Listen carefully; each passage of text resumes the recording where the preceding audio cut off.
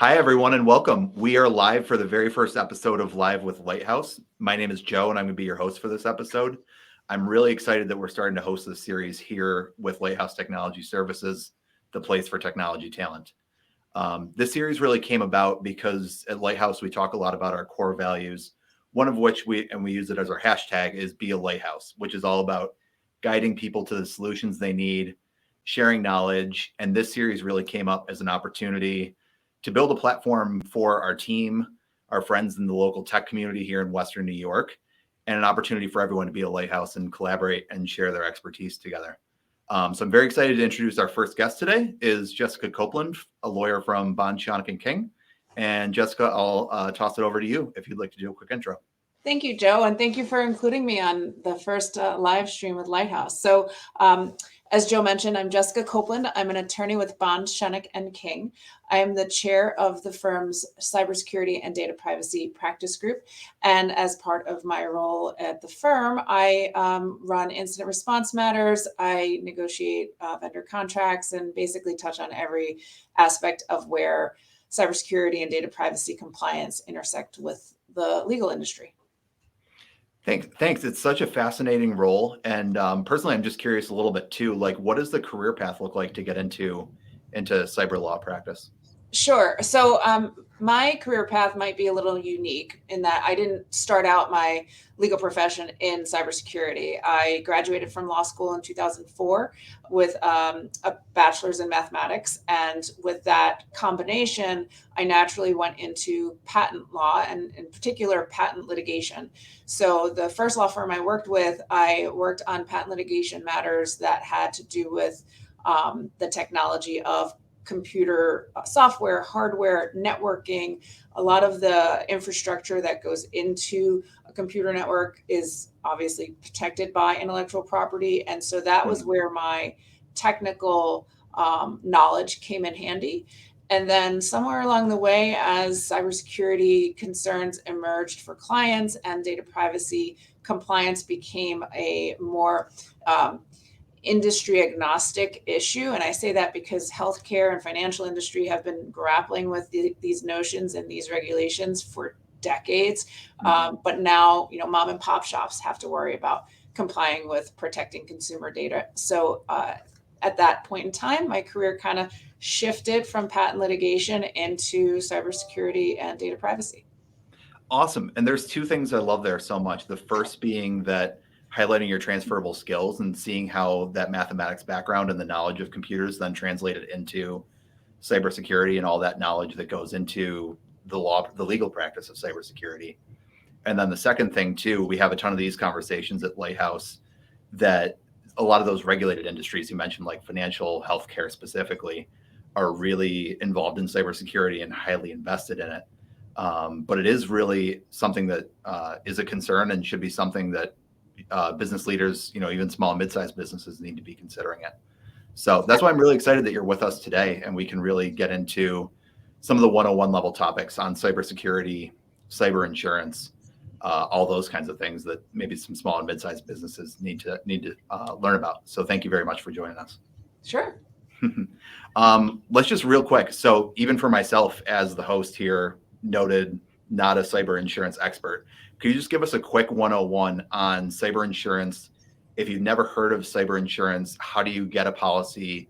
What's included in it? What are kind of those basics that people need to know? Sure. So one notion to just clarify, quite often organizations think they have cyber insurance, and what they might have is insurance to protect against if their company is sued for a data breach situation impacting individuals, which would be considered third-party cyber insurance. But what most organizations should be looking for is called first-party cyber liability insurance. And that is the type of insurance that is intended to cover if you have an incident or a data breach that would require forensic investigation, legal analysis, potential PR firms, and then reporting to individuals affected, as well as regulatory reporting. So I know that's a lot, but it is really important at a Cyber 101 to know the difference between what third-party and first-party insurance covers. Awesome. Appreciate that. Yeah, especially at this level, like just the basics and everything. All that knowledge is really important and foundational to start with. So what are some common misconceptions about cyber insurance? Maybe people start doing some research. They start to make some of those assumptions about what's possibly covered, in certain insurance policies and might not actually be covered. Sure. What are some So common misconceptions there? there can be many misconceptions. First, I think companies expect that if they pay a lot of money for cyber insurance, it's going to cover every data breach that occurs. And unfortunately, it is becoming more common for there to be written exclusions into the policy. So one really easy example is whether or not your organization has implemented multi-factor authentication. Now, at this stage where we are in the industry, it is completely unlikely for you to even get insurance if you have not implemented multi-factor authentication across your organization. Even with that, if you have implemented it in it maybe to 80% of the organization, but you have in your application represented that you've rolled it out to the entire organization, that is not considered an exclusion, but a reason to deny coverage.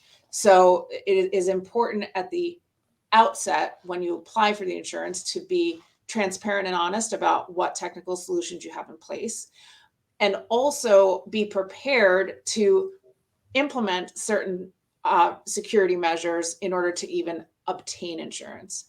The other major misconception, I'll say, getting into the weeds a little bit, is if you're a victim of a ransomware attack.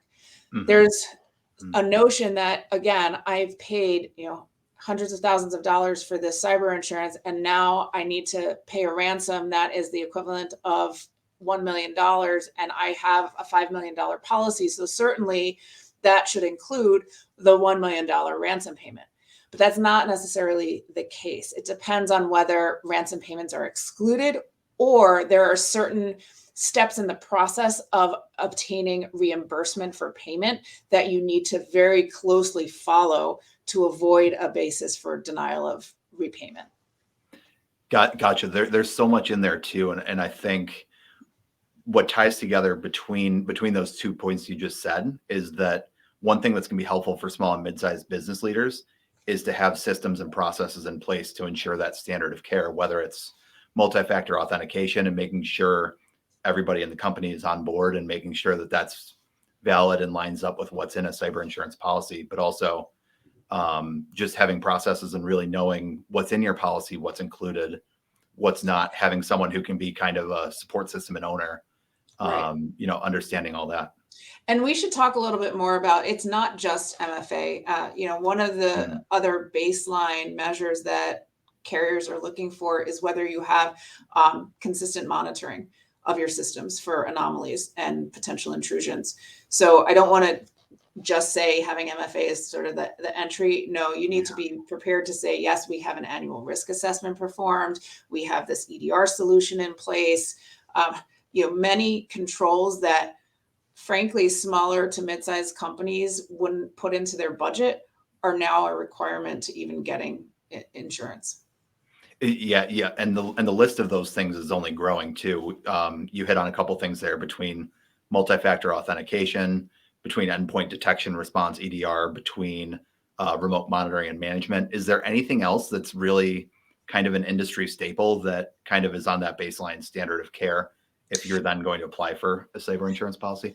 Yeah, pointing out the controls that you have beyond that, such as training your employees on these requirements and policies and the safe handling of private information, would probably be the last sort of high level element that you need to be able to show that you're endeavoring. Got it. Yeah, that education's so important too, because you can have all the tools in place. A lot of it does come down to kind of the human aspect of it. And if someone, doesn't handle a password properly or, navigates to a link they might not be able to, kind of the technology team and the advisors behind the scenes might not be able to prevent all of that. So that ongoing education is really important in the long run. Absolutely. And frankly, it's a requirement under at least the New York Shield Act, which is the New York State cybersecurity mandate for organizations both within and outside of New York State that handle New York resident data. Again, that's industry agnostic. It applies to for-profit and non-for-profit companies. There is a small business carve out for companies that employ fewer than 50 FTEs, but even that, you're still required to have reasonable measures in place for the type of data that you're handling. So it's not a complete exclusion. And I just wanted to point that out. It's not necessarily just to get insurance, but even just to comply with applicable state law that should be in place. Yeah, absolutely. I appreciate you pointing that out too, Jessica, because it's important to note that Lighthouse, we're based in Buffalo, New York. You work out of Buffalo as well. But obviously, speaking to a national audience, the rules are going to vary state by state and things like that. Yeah. States are, I'm sorry to talk over you, but it is No, a you're hot good. topic. You're good. I mean, there's basically like a heat map. We're talking on the day that there's an air quality map out there, but there's a heat map about new laws being enacted every month, basically, within the United States, because there's a vacancy in federal law speaking on this when you're not in a regulated industry. Gotcha. Yeah, it's very that might be part of the issue too, for especially like small, mid-sized business leaders, that there's just so many different levels of regulation or in the case of the federal, like you mentioned, there maybe not, some areas where there's gaps and things like that. It could be potentially confusing for people who are trying to get started and, establish that standard of care and apply for a cyber insurance policy and say, am I making all the right checks? Am I covering everything? Am I following all the laws that I need to? And that's before getting into, something kind of more international or global, thinking of GDPR, I think is one example that comes to mind.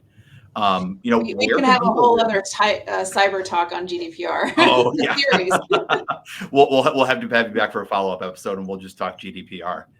Absolutely. But even like for people who are starting kind of on this foundational level, where can they go to get that information? Where can they stay up to date on current events in cybersecurity, the laws that they need to be following? Where are some good places to start? Well, honestly, I mean, most organizations likely have general liability insurance, and in particular, they've sourced it through their broker. Most insurance brokers are now very well read and savvy on how to align their clients with a carrier that has the type of spectrum of solutions within cybersecurity liability insurance that might be the right fit for them. So certainly you can do all the internet research that you want, blog sites, but I would prefer to send my clients, if a particular client asks me. I have a few brokers that I've worked with. I'm not going to name names, but that's really a good start. And it's a well-founded start because, again, your broker ideally knows your industry and your business model. And that is the first step to getting the right sized insurance, because it is definitely not a one size fits all. Yeah. Those partnerships are huge. Thinking even about on the next level up, someone like yourself who's in the industry and in practice, where are you going to learn about kind of current events and some of the more cutting edge innovations and things coming up in the space? Yeah, honestly, I have so many articles that are on the pile of weekend reading that Bloomberg, Wired, my goodness. I have the fortune of in-house librarians that send me really helpful news articles in many different publications. So staying up to date on all the available information is a challenge. I'm not going to lie, but I love this stuff. So I love learning about it. And the more I read, the more I can help clients. Yeah, that's great. That approach of ongoing education and always learning, that's always beneficial. So awesome to hear. Actually, I did want to talk too, before we wrap up, about one area in particular. Obviously, everyone's talking about AI. Every industry you go to, everybody's talking artificial intelligence. And I imagine too, when it comes to cybersecurity, there's probably some positives, and there's also probably a lot of potential negatives that people are starting to worry about. Is there anything in that space that's that you've been reading about that you're interested in that people should know? So artificial intelligence, I'll say it this way. Artificial intelligence has been around for a very, very long time. What we're talking about now is generative AI. That's the tool that ChatGPT is and has everyone's stirring since its launch in late November. Mm-hmm. And the anomaly that existed there is really fascinating from a nerdy mathematical perspective, because ChatGPT was able to launch at a point where the accuracy percentage of the data being analyzed and processed by the artificial being exploded exponentially. And it's this large language model conversation again for another day. But what we're looking at now and what everyone is talking about is how this is going to reshape your industry, my industry, cybersecurity. Will it be beneficial? Possibly. Does it create more risks than benefit?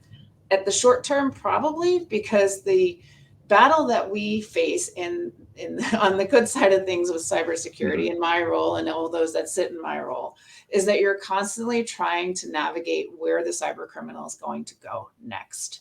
And with the ability for these highly intelligent hackers to use now generative AI tools to intrude into somebody's network in a very easy way, is now another area that we need to be prepared for. So there's going to be, unfortunately, I think, an uptick in more phishing endeavors that are going to be exploited. And in terms of the tools that might benefit us, I do think that there's a benefit to using this technology to try to predict where the cyber criminal would go, to be able to identify when an intrusion occurs at a faster rate. But I don't know that the solutions are there now. Yeah, and the solutions are going to come. It's been very interesting. I mean, it feels like maybe even just since November, December, turning the calendar into 2023, that this generative AI, this artificial intelligence, has been really coming into the zeitgeist, and it's everywhere. Even the founder of OpenAI, I was reading an article the other day that he's out there saying, hey, we need some sort of regulation for this and where this is going. That sometimes, and correct me if I'm wrong, but it might almost be something that's helpful, that if there's kind of like a defined sandbox for people to play in, then that might help more solutions come forward quicker, but then also could, I'm curious where you think that might go. I think, well, the more you refine the data input, I mean, the quality of the output is necessarily dependent on the quality of the input. So if there's an accuracy level of, maybe ownership of what data is going in and the authentication of that, then certainly what is generated as the output should be a more reliable source. And the regulation around it is, I think, in part going to be intended to focus on intellectual property ownership. I know that there are certain legislators that are working on bills that will be presented in terms of copyright ownership. And that's really important for, if you think about some of the generative AI that's reflecting images or even, song lyric. And if you're entering song lyric that is owned by Taylor Swift and you're coming out with something that would be a new song of hers, is that a derivative work? I mean, we're getting into the weeds again, and I apologize, but it's just such an interesting conversation, and the legislation will definitely help to curtail that.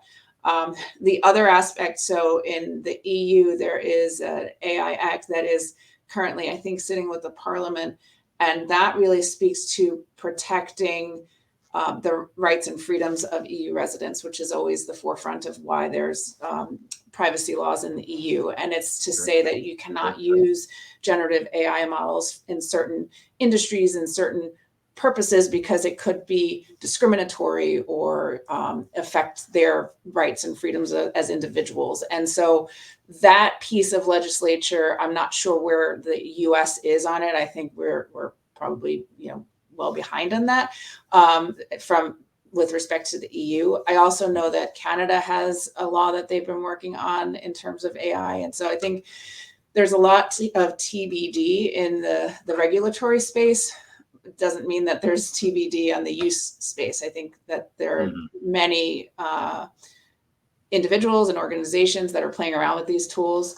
And I'm just hoping that they are used responsibly, and especially in the legal industry. So, you should never enter private or confidential information into an open AI because it is publicly available and for public use or misuse. So that's, sort of a PSA. And there's just a lot more to be seen on that. Yeah, absolutely. We actually just last week we had a presentation on AI tools, learning meeting with our team at Lighthouse here, and that was part of my notes too. Don't put any personal information in there, nothing Yeah. financial, nothing that you'd want some bad actors finding out, because it's available there, and you never know who might be able to access it. Unfortunately, someday. Absolutely. And, in terms of company confidential information, Samsung had an issue with it. They had some engineers that were looking for a solution, and they used OpenAI, and technically they disclosed trade secret information that they can no longer claim. And then recently, an attorney in New York used ChatGPT to write a brief. The brief was using law that actually never existed, and he was sanctioned by the court for it. Oh, wow. So, yes. It seems like it's expanding. There's just so many layers to unwrap with that. Yeah. If we're going to bring generative AI back then to cyber insurance and people who might be exploring cyber insurance policies now, like, how's that conversation changed over the last 4 or 5 months with generative AI and all this uncertainty around it? Sure. I think that in terms of the cyber insurance and the ability to obtain cyber insurance, or maybe the ability to file a claim if you have an incident, questions might arise as to, okay, well, did you enter your passwords into this open AI tool, or have you allowed your employees to use it? It could be part of the application process in terms of what type of policies do you have in place for the use or non-use of AI tools. That sort of intrusion of AI into the insurance space is where I see it going. Gotcha. So, just so many things, and we might have to have you come back for another follow-up episode on generative AI and cybersecurity. And I mean, if we wait 6 months for that, I'm sure there's going to be a completely different conversation. So many different things to unpack there. Yeah. As we wrap up here, Jessica, anything that you might think small to mid-sized business leaders might want to know about cybersecurity, cyber insurance as they're getting started? Anything we haven't touched on yet that would be good to know?